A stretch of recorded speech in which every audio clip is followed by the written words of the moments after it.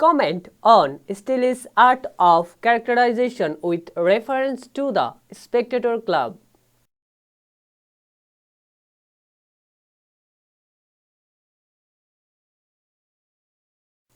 Answer. One aim of Edison and Steele for publishing The Spectator was portray the contemporary society.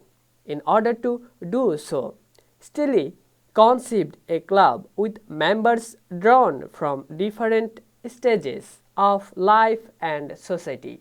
The members of the Spectator Club are Sir Roger D. Coverley, Sir Andrew Freeport, Captain Sentry, Will Honeycomb, the Templar, and the Clergyman. All these characters serve to represent different types of people in upper class English society. In doing this, Steele is able to comment on the element of the upper class people.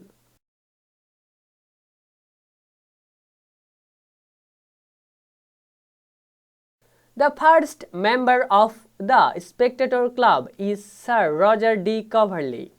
He is a baronet of ancient descent. He is a man of singular behavior with some oddities, but his oddities are the outcome of his good sense. This makes him loved by all the people whom he meets. Sir Roger is a bachelor because he had been rejected by a young widow whom he wanted to marry when he was young. He is 56 years old in his youth before being crossed in love. He had been a dashing and fashionable man, but after his disappointment in love, he has become negligent about his dress and goes on wearing a old-fashioned coat. He is also a justice of the quorum.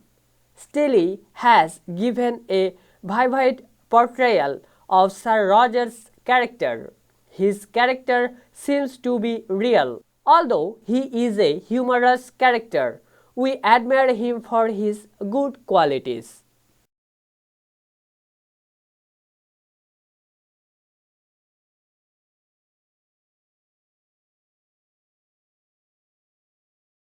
The gentleman next in importance in the club is the Templar, who is also a bachelor. He is a lawyer and he belongs to the Inner Temple. He is not really interested in the study of law. He had been made to join this profession by his stubborn father. He is more interested in literature and theatre. He is also an excellent critic of the stage and manners. He has engaged a lawyer to answer the legal queries sent by his father. He is a regular theatre goer and his opinions on plays and actors are highly valued by people. Humor runs all through the description of the Templar. Besides, Steele has tried to satirize the father of the Templar, who did not give importance to the son's likings and dislikings.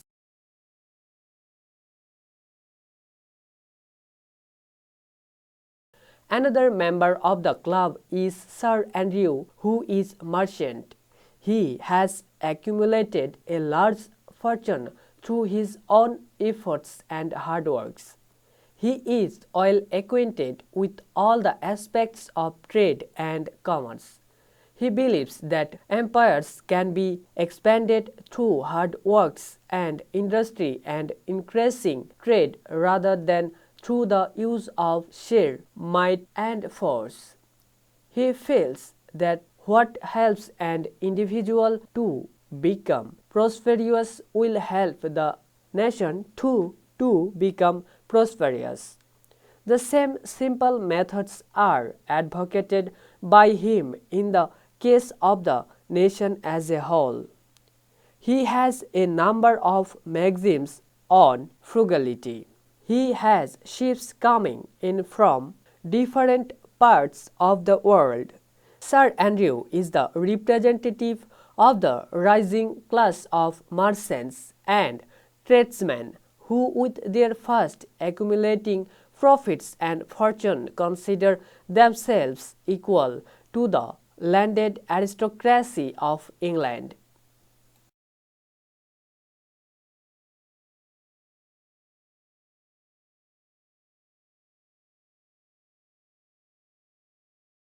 The next member of the Spectator Club is Captain Sentry. He is intelligent, courageous, but a modest man. He has a small estate of his own and is also the heir to Sir Roger. He left the army because he did not get his expected promotion. He had taken part in a number of battles and sieges. He understood that one can get promotion only if he was ready to assert one's claims.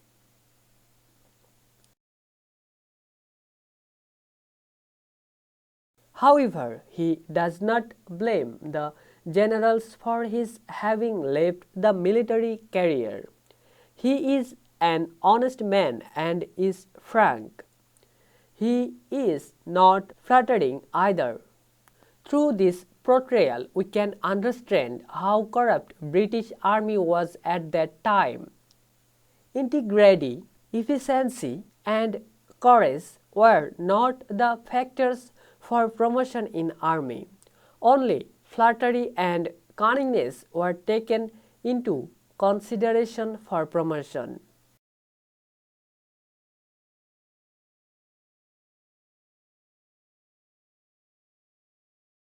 Will Honeycomb is quite advanced in age but looks much younger. He has maintained his youthful appearance and spirits. He talks and knows a great deal about fashions and their history.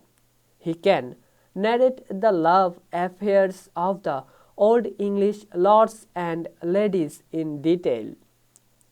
He is a gallant man and is held by all to be a fine, well-bred gentleman. The gentle, ironic manner of writing brings out the essential vacuity of such gentlemen whose topic of conversation are fashions and love affairs.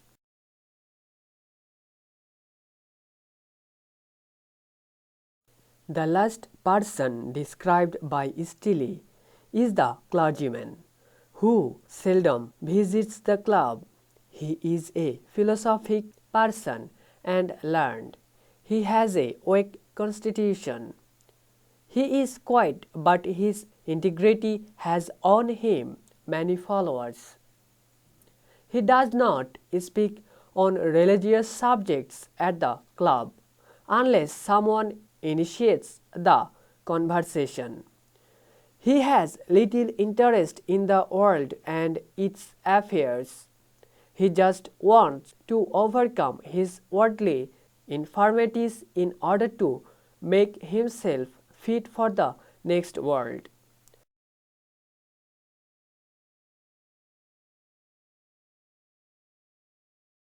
From the above, it has been perceived that Steele has nicely mixed irony and humor in order to describe the characters. The characters who are ironically described have a greater appeal to the reader than the characters who are spared any ironic remark, as the clergyman and Captain Sentry.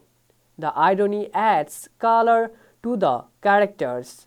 It is obvious that Steele is not elegant in his style as is Edison, but Steele has provided the basis for Edison to further develop the characters like Sir Roger and Will Honeycomb.